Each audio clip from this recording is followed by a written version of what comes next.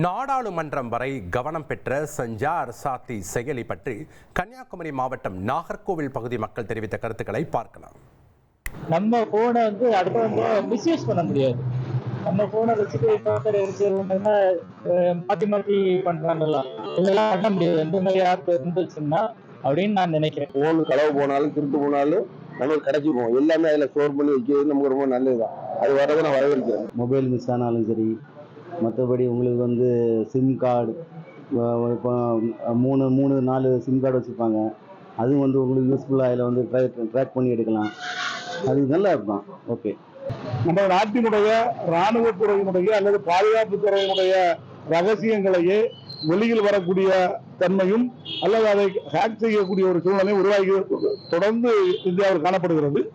அதே போல தனிநபருடைய வங்கி கணக்கில் இருந்து திருடக்கூடிய ஒரு சூழ்நிலையும் இருக்கக்கூடிய இந்த நேரத்தில் இந்த தொழில்நுட்பத்தை பயன்படுத்துவதன் மூலமாக இந்திய நாட்டில் உள்ள அத்தனை பொதுமக்களுடைய ரகசியங்களும் வேறு நபர்களுக்கு செல்லக்கூடிய ஒரு சூழ்நிலை ஆபத்து ஏற்பட்டுள்ளது.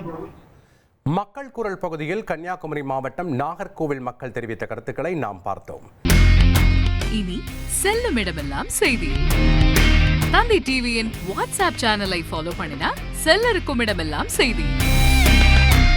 இதோ QR கோட் இப்பவே ஸ்கேன் பண்ணுங்க, ஃபாலோ பண்ணுங்க.